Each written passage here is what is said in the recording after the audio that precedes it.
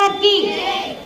ఏమిటి ఈవేళ మీరందరూ ఇక్కడ సమావేశమయ్యారు? ఏమిటి ఈ రోజు ప్రత్యేకత?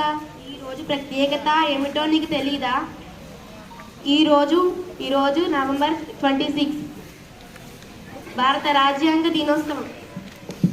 అసలు భారత రాజ్యాంగ దినోత్సవం అంటే ఏమిటి? మనం ఎందుకు జరుపుకుంటున్నాం? భారత రాజ్యాంగాన్ని రాజ్యాంగ సభ ఆమోదించిన రోజు. దీనినే ఇంగ్లీష్లో ఇండియన్ కాన్స్టిట్యూషన్ డే అని కూడా అంటాం. హిందీలో భారత్ సంవిధాన్ దివస్ అని అంటారు. మరి అసలు రాజ్యాంగం అంటే ఏమిటి?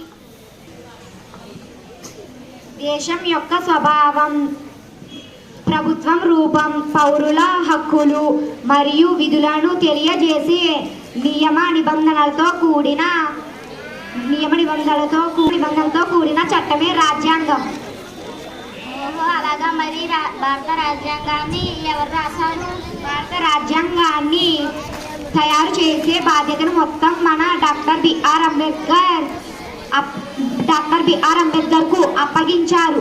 ఆయన మరియు తన ఏడుగురు సభ్యులతో కలిసి ముసాయిదా కమిటీను రాజ్యాంగాన్ని వ్రాసారు. రాజ్యాంగం రాయడానికి ఎంత సమయం పట్టింది? రాజ్యాంగం రాయడానికి 2 సంవత్సరాలు 11 నెలల 18 రోజులు పట్టింది. రాజ్యాంగ సభకు ఎప్పుడు సమర్పించారు? 1949లో భారత రాజ్యాంగాన్ని రాజ్యాంగ సభ ఆమోదించింది. రాజ్యాంగం ఎప్పుడు అమలు చేశారు? మన భారత రాజ్యాంగం 1950 జనవరి 26 నుంచి అమలులోకి వచ్చింది. ఆ రోజే గణతంత్ర దినోత్సవంగా మన దేశమంతా జరుపుకుంటాం. రాజ్యాంగంలో ఏముంటాయి?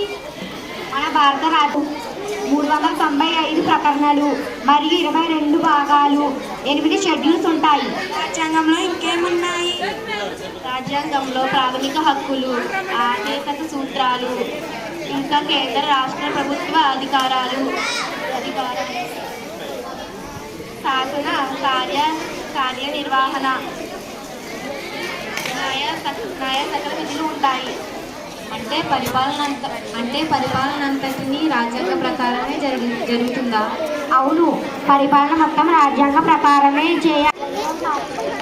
అధికారం ప్రజలకు లేదా ఉంది. రాజ్యాంగాన్ని పార్లమెంట్లోని ఉభయ సభల ఆమోదంతో మన దేశ కాల పరిస్థితులను అనుగుణంగా మార్చుకోవచ్చు.